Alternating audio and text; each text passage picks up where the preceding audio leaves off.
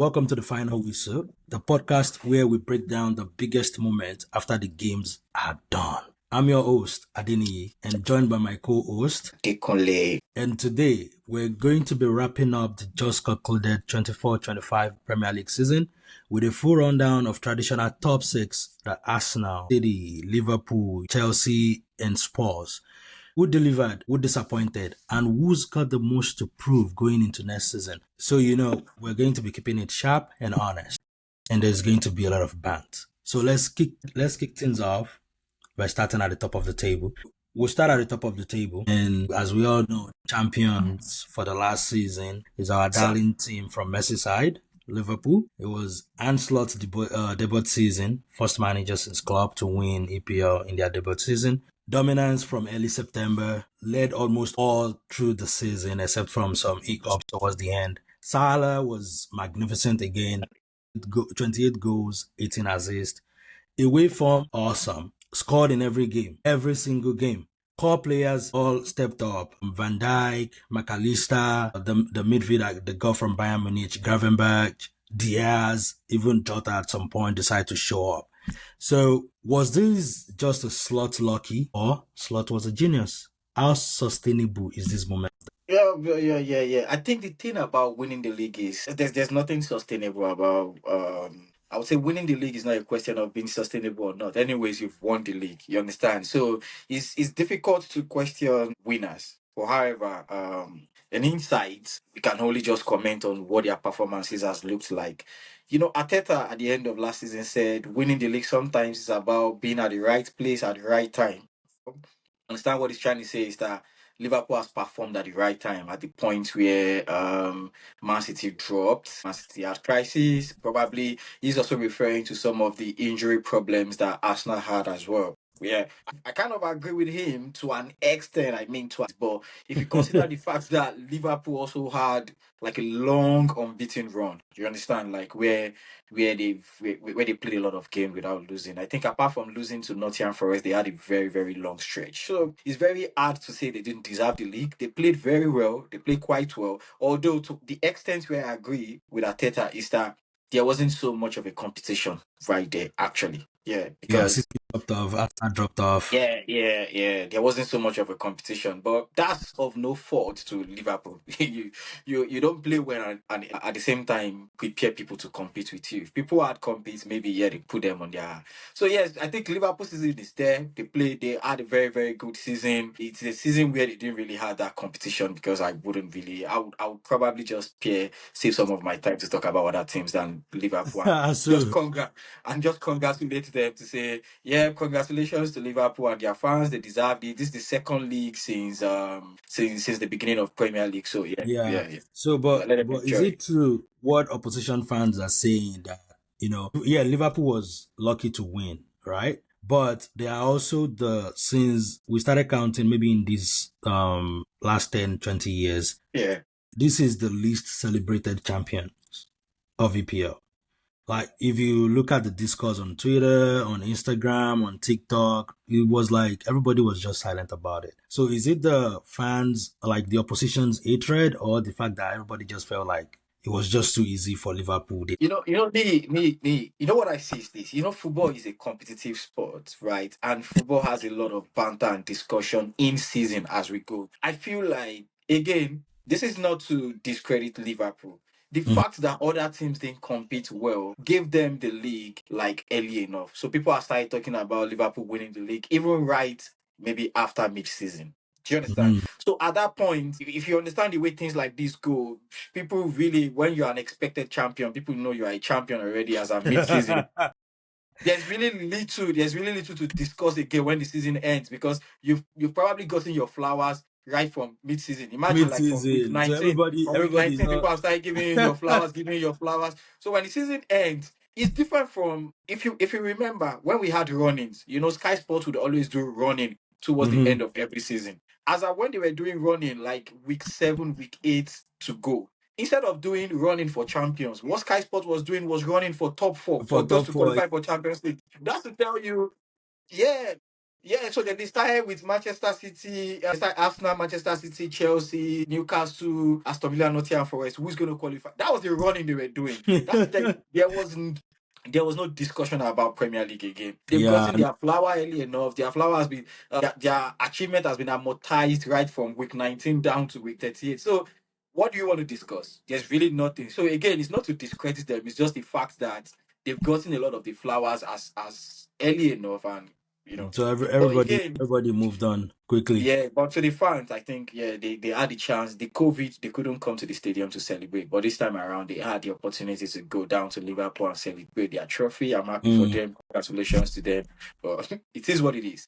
As a City fan, I know that one is not coming very nice for because I'm happy for them.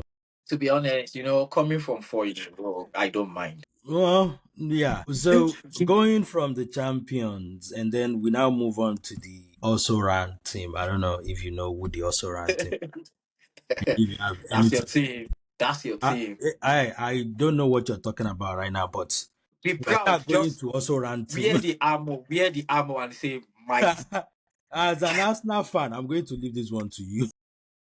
Okay. You know what? The thing is, let me put an intro before asking you the question. So this is a season where people expected Arsenal to finally win the league. Based on Hi. the momentum that Arsenal has built over the years, right?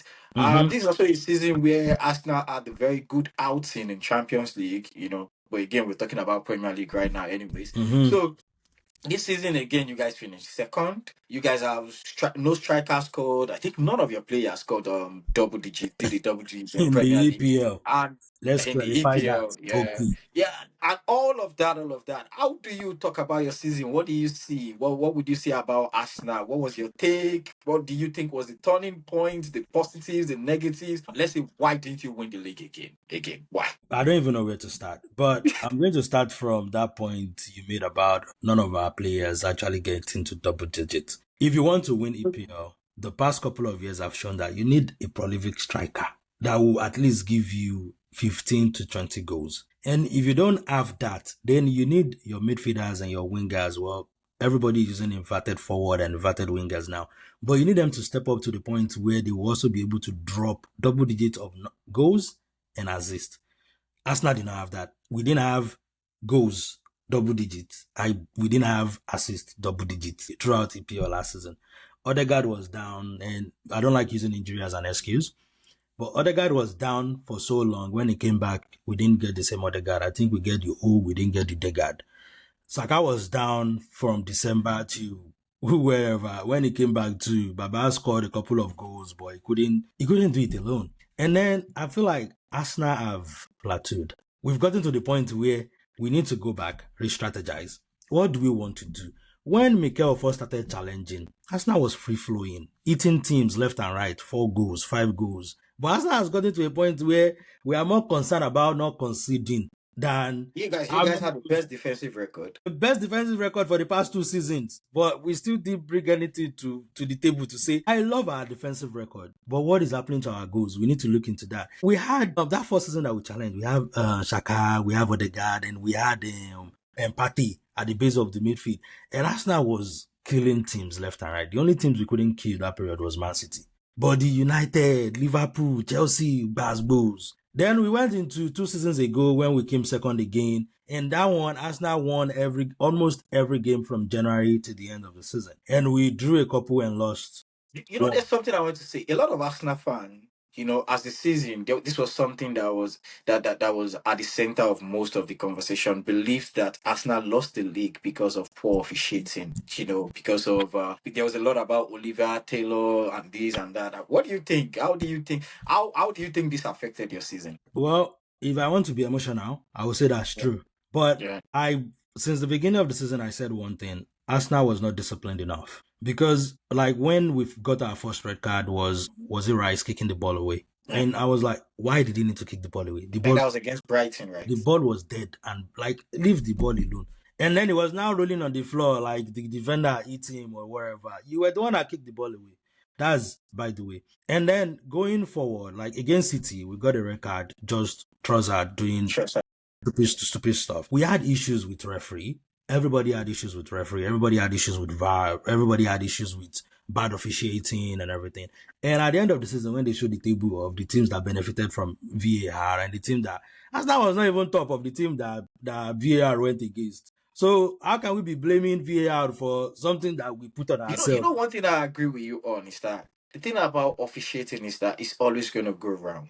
It's But always going to go around. I think something that I saw in particular that I feel like your season was I wasn't so impressed about is that when we're looking at the table of the season, you know, Manchester City had we get to Manchester City, but Manchester City had a very poor season and they still end up winning more games than Arsenal. That's That's another thing. one. That's one. Number two is that if we bring the table, you know, we're going to show this. If we bring the table of the traditional top six, which includes Tottenham that finished 17th, Manchester United that finished 15th, you won't believe that Arsenal is the only team that had a double-digit draw. Arsenal had 14 draw in that season. That's close to half of the games as draw. You know, you play 19 games, Yeah. and So then you draw 14. I think at that's some too point, much. That's a at some lot. point during the season, I was screaming about the fact that, and I think I said this a lot to you and some other people, that Arsenal will score, and then immediately we score, we start defending. Instead of us, oh, we've scored though, let's try to get goal number two, let's try to get goal number three. We did it against Chelsea in the first leg when we scored, and then we started defending, and Neto equalized. We did it against Chelsea again in the second leg. Liverpool, we slept all through the game, and then somehow, we came back into the game and were able to draw that game. 2-2 at the end. The only game that I would say we scored and then we did go defending was against City. And I think that's because there was bad blood It already has to be seen. from the first leg.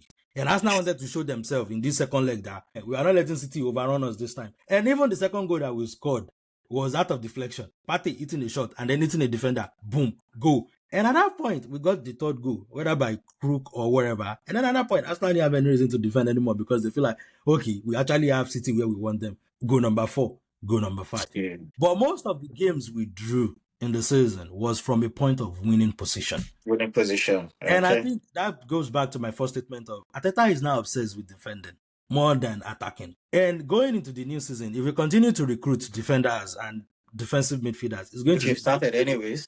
yeah, and it's going to be the same story because where is the goals going to come from? Then we'll go continue the same line of let's score one and then let's go That's back. conversation for another day. Let's not sleep on your team because it's your team. I Yeah, think exactly. you're So having because you're having a lot to say about your team now. talking about Arsenal will just make somebody cry because you just look at it and you be like, we fall so far. I They think said you we guys are the Netflix of football, anyways. You always yeah, have we to wait for say. next season. So sad. But anyway, we are talking about one team that keeps coming second for the past 3 seasons. That's the record on his own self. Wenger don't do it before. Wenger finally won the trophy. Maybe we'll win next season.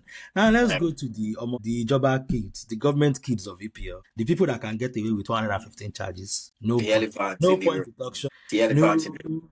no relegation. The No elephant in the vindicated. room. The big elephant that keeps sitting on the top of everybody. They came into the season like, yes, we are winning again, number 5. At the end of the season, City finished third with 71 points. They dragged themselves to even the third position. Rodri got injured in the beginning of the season, and many fans assumed, okay, maybe that's the reason why City could not do well. They had 4 Champions League run, and FA Cup was. They still have a lot of players that can come in and say, okay, let's change the game. They still have the forward and they still have the silver. They still have the quality. But what happened to season last season? Is it a blip or is it a decline? Or is it something that's just like temporary and going into next season, are they going to do better? Or is Pep Guardiola done? You know, the thing is, my analysis is going to be coming from, insights now. A lot of things As that's a fan, happened, that we've seen, and it's also going to be coming from the fact that I'm a fan. So you see, looking at things now, I must confess to you that I think I'm happy now that last season happened. And I'll give you reasons. You know, we started the season very well. I keep saying it, we were unbeaten until like the 11th game of the season. And Mhm. even the last set of games of the season, we were unbeaten in the last 10 games. So we had problem in the middle. Like I said, only Liverpool won more games than City. Only Liverpool. Liverpool won 24 games, City won 21. So really, when we were good, we were good. We drew, I think, just about maybe 8 or 9 games, I can't remember. But we had the highest of all. We lost 9 games. And those 9 games, they were almost back to back. There was a time City just couldn't stop losing. You understand? When the Mhm. crisis was on, we just couldn't stop losing, playing Bournemouth, Brighton, Spurs, everything and everything, and we are just losing. And that's something about football. It's very difficult to stop a bad momentum, especially when you then have players going injured and injured. You know, we got a lot of injury at the defense line to an extent that Pep Guardiola said those players stopped training because he couldn't afford them to go back training and then get injured. Or it got to an extent where one player gets back from injury, they throw the player onto the pitch, which didn't work. You understand? But And then, anyways, that's not an excuse. But my own where I stand from my own standpoint right now is that I'm happy last season happened because I've seen how City has reacted to that season with all assistant coaches gone. There's something I like complaining about. I've never liked the fact that we outplay teams. We get a lot of corner kicks. We don't score from it. City has changed their set pieces coach. I'm happy all of that is happening. I'm happy at the end of last season, it was time for City to take a tough decision to say, Kevin De Bruyne, you've tried, you've done well. We're not renewing your contract. Go. Then we've brought in fresh legs. You understand? I'm Mhm. happy that yeah, we were able to get players like Mamouche quickly into the fold that are direct players. So all of this that's happened. I watched the World Club Cup game against Juventus, and I'm not going to lie to you. That's the best game of City I have watched in the last 12 months. It showed City that, if you watched in 18-19 season of City, that was it. Where City could get goals from different points. So, yeah, so But from where I it's still stand, preseason. I don't mind. We had a very good game. We had a very good game against a very good team. You understand? Who is Sometimes the it's very about good what you team see. again? We played Juventus. We've not Do won Juventus do since 1976. That's to put it in that's context. story because Juventus even in Serie A self know that is rubbish team at the moment. That team was one of the team. That team was one of the team that flogged City 2-0 last season in Champions League. And So that's that's to tell you. That's no to put it in City context for you. Champions League last season was horrible. Yeah, so That that's to tell one, you even we're Madrid getting had better. rubbish Champions League season. So, like I said, I'm happy that Yeah, we started getting it right since last season. Anyways, like I said, we didn't lose any of the last 10 games. But where I stand, we are reacting to the season. But if you look at it, it's a poor season. We finished third. We are coming for everybody. yeah, not coming anywhere apart from your Manchester Stadium. But like because you keep saying you're coming. The only reason City was able to get to that third position was because of the next team we are going to talk about now. The team that decided they want to spend 100 billions of pounds on players, no strategy whatsoever on what they want to do. But they decide that okay, this is how we want to run our club at this point. And then they slept off at some point, and then City used that to be able to gain momentum and get into third position. And I know you know the team I'm talking about. Yeah. So let me take it off from there. Yes, I know you're about to talk about. Let me break it down. The team that is the best London team, right? That's the best team in London. No, Yeah. no, no, no, no, Do, no. do you want us to No, the start best another team in conversation? East This London, where they are that's the even a best. tenant to Fulham. That is the best team in London. They have Like, Champions League. They like have Europa League. Now they have champion, Conference anybody League. can win Champions League. Winning Champions Then League win is one. free. Then win one. Then win I don't. We one. don't need it to be the best team in London. You need They it. should go We and win the need it. gold trophy. Okay. Give us a league. Give us a league at least it's 20 years now. Hmm. It's 20 years. So you know what? So we want to talk about the biggest team in London at the moment. So yeah, speaking about Chelsea, Chelsea, like you said, they spend a lot of money. Like all teams. I feel like, in fact, in terms of recruits, I feel like I like the idea these Americans are bringing on board. Anyways, they're a little bit conscious about how they spend, how they spread it, how much they pay players. But anyways, that's not the conversation, guys. We'll come back to that some days when we're talking about transfers. But speaking of Chelsea performance last season, the Chelsea at the point they were second in the table. People felt they were promising. They felt like Maresca was doing well. But again, they dipped, they lost. I think they lost to IP Switch and some of that and some of that. But at the end of the day, they were able to save their season, finishing fourth Save. and at the same time lifting Conference League to make them the only team in the history of Europe and English football to have won all series and all versions of the European trophy. How would you rate their season, Louis? Thank God we're talking about English Premier League and not Europe because Conference League, even West Ham get that. They have that in their cabinet. It's this But they don't have Champions League. stupid tournament that nobody should even be talking about. Talking about it is an insult to all the teams, all these Almanjiri teams that they were playing. But looking at Chelsea, after all the money that they spent, I feel Chelsea came into the season with their fans shouting that, okay, now that Pochettino is gone, we have a Maresca, a young coach that can bring in his own ideas and everything.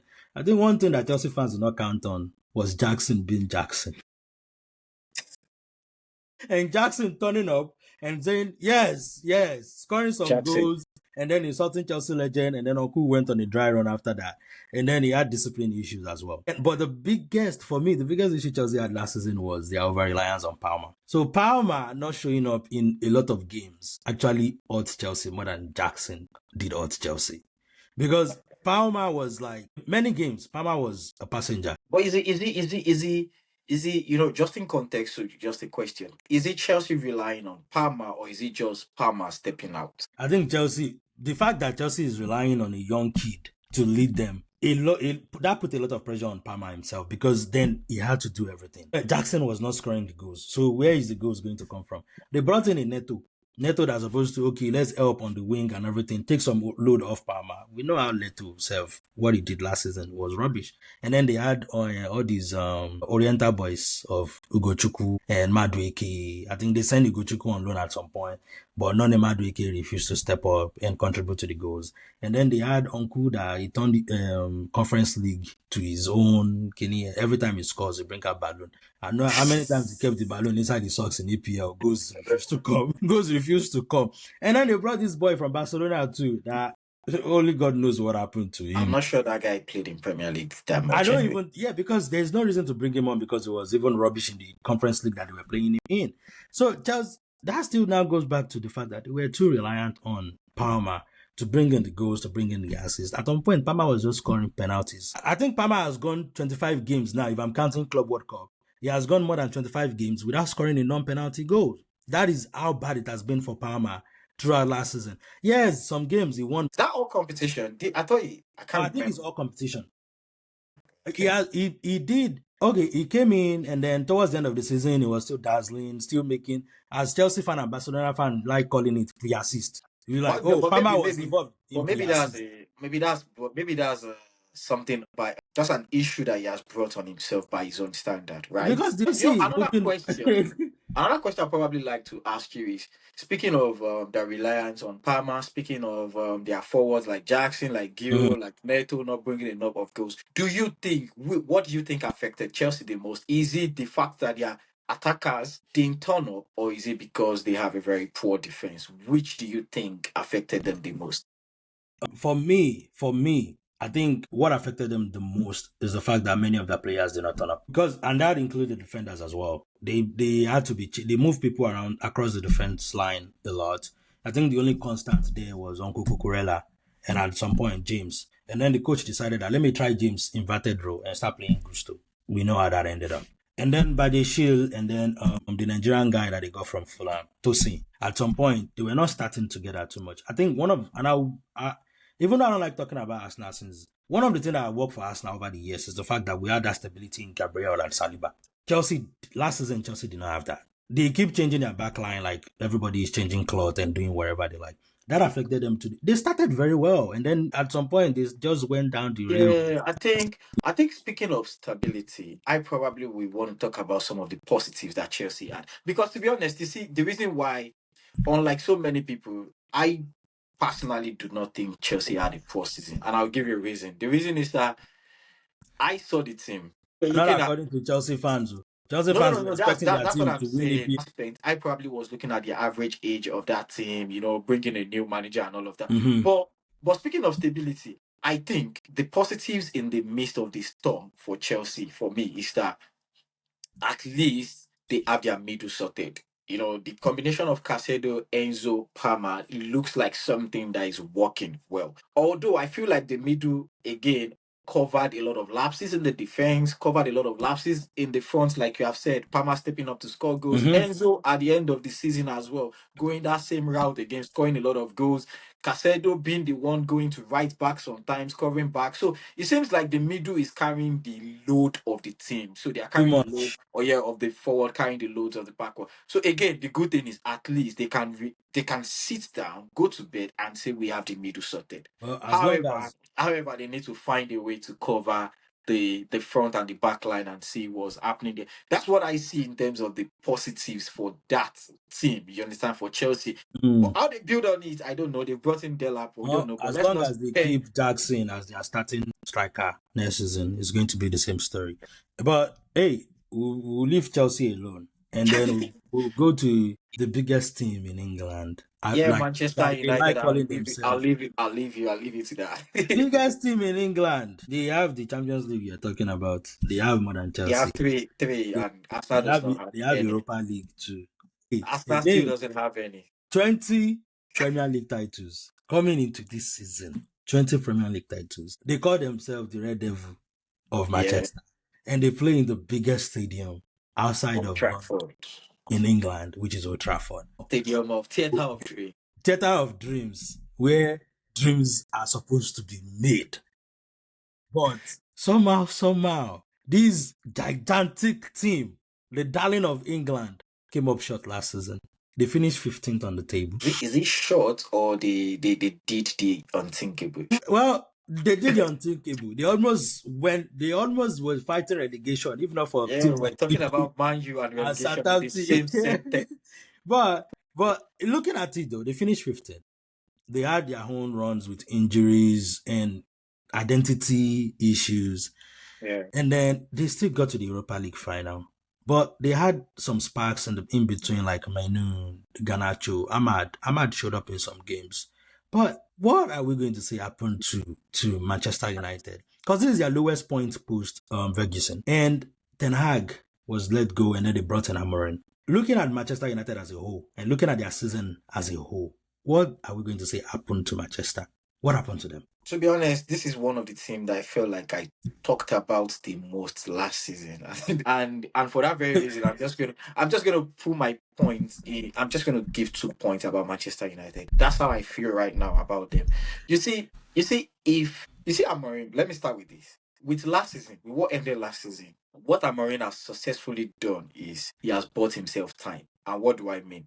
You see, when you go so low, like you finish 15th, and it doesn't cost you your job, and you still have that job, I'm telling you, even if you finish seventh next season, it's progress. It's progress, oh, it's So, progress. It's so that's the progress. thing. I think he has successfully find a way to settle into the team because finish fifth in Manchester United and you don't get sacked, regardless of how anybody presents it to me.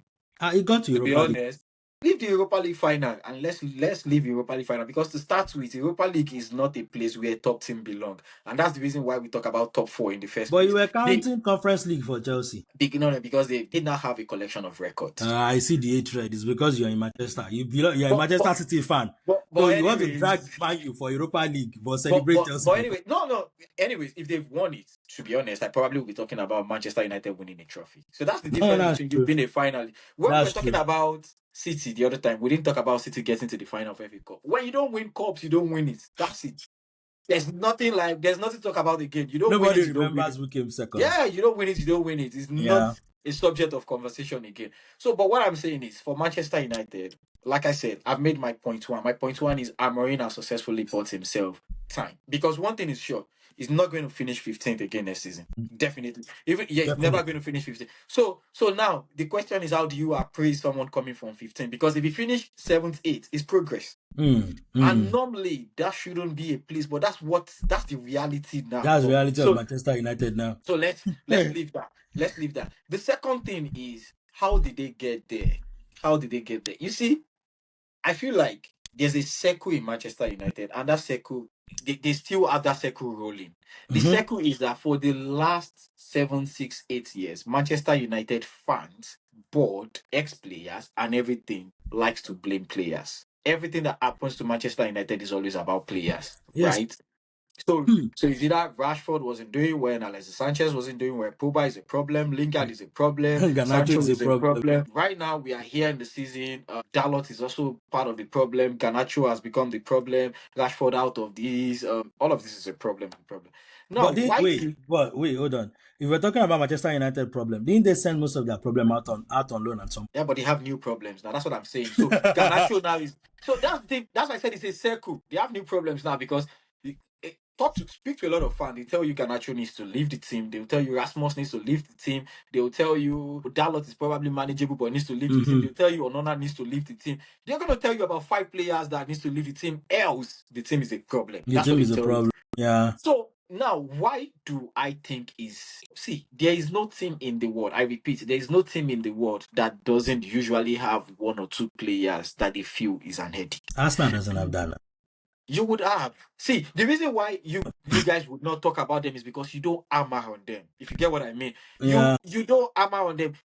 Teams always have players that are headache. But if you want to keep using players as excuse for a team performance, you bring it out every time. Managers come in. Ten Hag did his. Amorim has done his own. Moyo did his own the time. Ole did It's his own. becoming a culture. I don't know if you get what I'm trying to say. So I feel like that culture needs to be addressed first. So you're saying it's a culture problem at United? It's a culture problem. See, you don't create a culture where every now and then you guys look for players to scapegoat. It's too much. It's getting too much. And the reason why it's getting too much is, see, it's going to get into the psychics of players. It's obvious that Manchester United players see these things. They know these things happen. And what happens is that you kill them. I'm not going to lie to you. We are going into next season. I can tell you, it's prediction. Manchester United fan, the only thing that will save them from scapegoating at least 2 or 3 players again is if they compete for the league or not. Let Manchester United finish outside the top 4 again. They're going to give you 2 or 3 new scapegoats. United fans, like, they do like scapegoats, truly. It's either they are blaming one of their top players or they go back and blame. We know a fan. We always have a fan in our circle. Everybody have this United fan in our circle that they will leave the obvious issues and just hammer on the issues that are not even. Rashford went to Villa and we know how he did at Villa. Sancho went to Chelsea. He showed up in some games and he didn't show up in some games. And most of the players that they are blaming for their issues, look at Garnacho last season too. At some point, it was just. But me, I look back at it and I look at ETH and then I look at Amorim coming in. And I feel like Amorim was their biggest problem towards the end of last season because this guy was adamant on sticking to that 3-5-3 whatever formation that he decided he wanted to use, 3-5-2 formation he wanted to use. And it got to a point where everybody was like, guy, what's going on? Like, what is going on? You can't keep playing the same formation and you're only performing against the top teams. They were able to beat some big teams. I didn't want to talk about Amorim and the formation. And the reason is because you know my take on this. I don't have a problem with 3-4-3. I just have a problem with a top manager not being flexible. That's it. He's rigid. And if they go into next season with that kind of rigidity, no matter the kind of players they buy, because United fans at some point were saying Amorim doesn't have a player that fits his formation. If they finally buy those players that fit his formation and this guy is still rigid, it's going to be the same problem. It's not. It's never going to be the same problem. I've told you what will happen. If finishes 7th, 8th is progress. They will celebrate it. Yeah. Well, thank God they're not going to Europe, so they have less tournament to play. It's only English local trophies. Europa. I said Europa. Manchester United fans, no offense, but it's just the standard. If you guys finish 6th, it's going to be progress. So if that's finish 7th, it's going to be progress. Because that's what happens when you're coming from 15 and nothing is happening. Okay.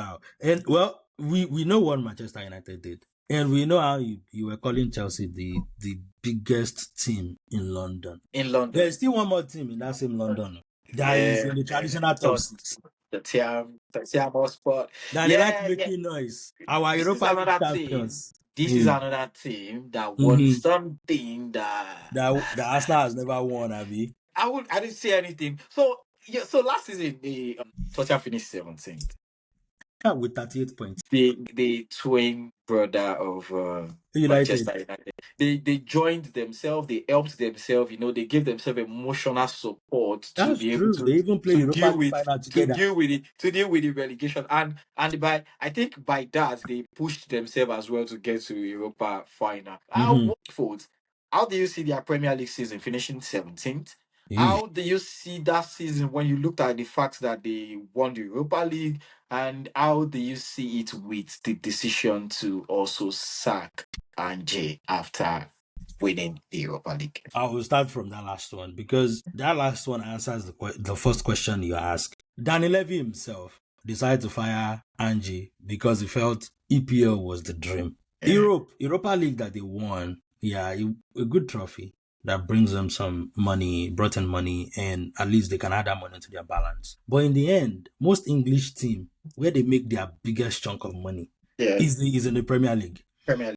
The position you finish on the table determines how much you take home at the end of the season, because it also determines your TV schedule for next season, how much money you're going to make. Because if you don't get on TV that much, you're not going to make any money. Spurs now finishing 17th and whatnot. But next season, their live games might reduce a little bit because people will look at it like, let's focus on these other teams that like the Aston Villa, the Newcastle, Nottingham Forest and everything. Whatever games that they are playing, let's make some of them prime time. And then move Spurs in some Spurs game to Comedy Central, because that's what Spurs were. Comedic. Just comedic. Is this London band? This is not even London band. It's the fact that Levy himself looked at it and was like, Angie, you're out. You have to go. Because we can't finish 17th and then still expect to be saying third season is going to be better. You proudly said it when they were presenting the stupid trophy that they won. Third season, Stupid. you know what? Third season is going to be better. Now Uncle is gone. But Spurs had a lot of issues going in the season itself. They had injury. You know how much I love their defender, VDV. Yeah. And then Pedro Porro, another lovely defender. And then they had Destiny Udoji. Most of them were injured. They didn't have a stabilized defense. That's true.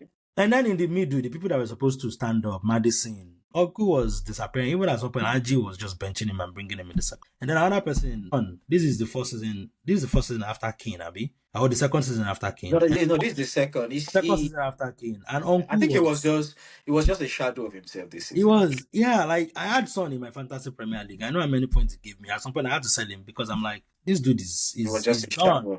He's done. And then Madison, whatever happened to Madison, I think they need the new manager. You know something about Madison. You know when Leicester City got relegated, not this season. Yeah, they got relegated, and Leicester City Tottenham Hotspur got Madison. Why Aston Villa got Tielemans? You know the funniest part was that I think Tielemans was on free transfer, right? I think so. Why Tottenham Hotspur paid for Madison for maybe 30-40 million, you understand? If you look at things now retrospectively, who has delivered value for the different team? Like, look, I think it's Tielemans, because no matter how much people bash Tielemans for not breaking into Aston Villa squad early enough, last season he was able to prove himself. He played a lot of the top games last season. He was able to. He punished Arsenal. Not just Arsenal. I won't forget his assist for the first goal Aston Villa scored against City I think we went to Villa Park and lost, I think 2-1. Their first goal, I won't forget that assist. I still can't remember how he picked up that pass. It was exceptional. Yeah. But it's like a lot of players, a lot of new players and players that wanted to prove themselves. He used City to do step up when you're playing the Elephants. Like my darling MLS, Step up. When you're playing the Elephants, everybody just come on board. You want to sell yourself. And so you're welcome to come and shine. But I think speaking of that, let's go to player performance. Let's do the top 6. And let's look at how players fared last season. For me, I think one of the biggest breakouts for last season is my darling boy from Arsenal. I'm an Arsenal boy. I can be biased. I'm allowed to be biased. I didn't win any trophy last season, but at least if I'm talking about any player that was able to break through last season and he took the league at the jugular and was like, I've arrived. He did not only show himself as LB, he did what all Arsenal fans has been crying for Zinchenko to be able to do, which is invert into the midfield, carry the ball, like take it to the opposition defense and then release the ball.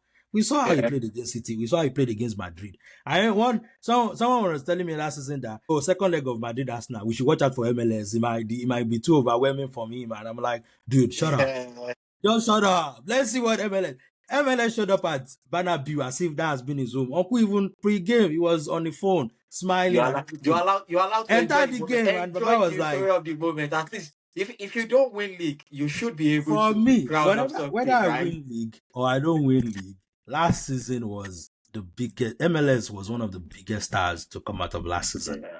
How will you rate Rogers? Rogers is also one player I felt. Yeah, Rogers did. He scored some magnificent goals, some goals that you'd be like, how did he do that? But then MLS is still it for me. I'm an Arsenal fan. I'm allowed to be biased. Okay, so who's your biggest flop of last season? I don't know who to pick.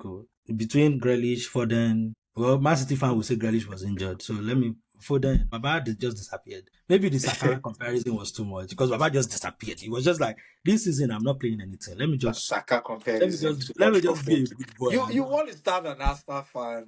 You know the thing is, I kind of agree with. I personally would pick Foden as flop for certain reasons, and the reasons being that he was PFA best player season before that, the season preceding that, and I feel like when you win that, a lot is expected of you. You understand? Yes, I know the team had problem, but that's not an excuse. Coming from a PFA best player, you expect much, and then you add that season of that nature. Yeah, so you're allowed to be the. I would easily just pick. You know, one thing about me, you've known me, I can knock any City players. To be honest, Alan Except for has had Grealish. it. You see, I have not. I not Grealish. Do you understand? Our conversation is, Super Jack. let's not bring it here. But anyways, our conversation is you and a quite a number of people I see it online as well probably want to paint Jack as a flop in Manchester City. There's a No, it's difference flop. between If you can claim Pepe that Jack played for can Arsenal never. is I've a said it. flop. Jack So can Jack is never not a be flop. for a Manchester City. Jack can never be considered flop.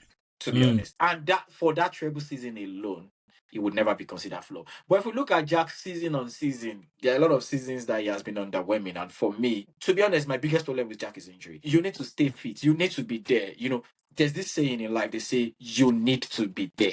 He's True. not always there, and if you are not always there, it's a problem. It's a problem. So, wait, hold on. So you've touched on flop and the breakout star, and we've not talked about the biggest star anyway. But there are some players that we know they don't get the headlines. They don't. People don't look at them as, oh, this is the big. But when we actually look at the league critically, there are some Yeah. players that we call like the underrated hero of their clubs or of the season. What Yeah. player comes to mind when you think about that for throughout last season? Which player comes to mind for you as an underrated hero? Let me look at it from Liverpool. If I look at Liverpool, for example, I think a McAllister didn't get as much recognition as I think he should. If I probably look at Arsenal, what player didn't get as much recognition? Please don't mention Partey because that one. I think Partey didn't get actually. If I Mm, also look at Chelsea, I know people blow a lot of trumpet around Casedo, Palmer. I wouldn't be able to pick a player that didn't get the recognition. So I think they all got recognition. fair recognition they deserve. Aston Villa, I think Tillemans for me probably didn't get. Well, for me, I will leave all those normal teams and go to Nah, yeah, any I'm just player from speaking. Nottingham Forest. For me, Okay, so the thing about Nottingham Forest is now quickly. I would say the thing about Nottingham Forest is Nottingham Forest has something that is probably going to be similar to the situation that PSG's put in themselves. Nottingham Forest, I think they step up as a team. You have mhm. I know they step up. You had me. Milankovic, we have Wood step up. Elanga had his own fair share of form. We have Wood. Wood was also unplayable within some weeks like that back to back. So Mm-hmm. to be honest, even Sales has I think he had the joint clean sheet with Raya as well. So Yeah, he did. but to pick one player that I would say was underrated in Nottingham Forest, I don't know, it would be difficult for me to pick one. Well, for me, throughout the season and across the players of the league, I've actually picked Sales because everybody was focused on the Ederson, the Allison, the Raya as The top goalkeeper. club goalkeeper anyway. But if we look at all the stats and the fact that Nottingham Forest, maybe towards the end of the season, they came short and they couldn't get that UCL that they were chasing. But if we look at all their players, I could have picked Milenkovic because I know what he did for me in my fantasy Premier League. But Sales was a stable constant in that making critical saves, clawing balls out of the net, making sure that they stayed in the game as much as possible. And he was able to drag that towards the end and carry the same Yeah, number. he deserves yeah, I think he deserves it. So And it doesn't get much shout. rightfully the golden glove, right? Yes, he did. He shared it with Raya, but yeah, he did. And but Yeah. so if we now look at it, so who's now the player of the season? Who was the player of the season? You don't have a season like Liverpool and then you think too much about player of the season. It's definitely going to go to Salah, you know. Salah for even speaking as an FPL fan, there was He Salah had had a what? very, 28 goals, very 18 assists. crazy season in between, especially the week where Liverpool claimed the league. Those league where they had their Mm-hmm. back-to-back run. Salah was exceptional. He was directly involved in almost everything good that was happening to Liverpool. And But you people know, will still say in fact, Salah did Salah. He in didn't show up at fact, the end of the season.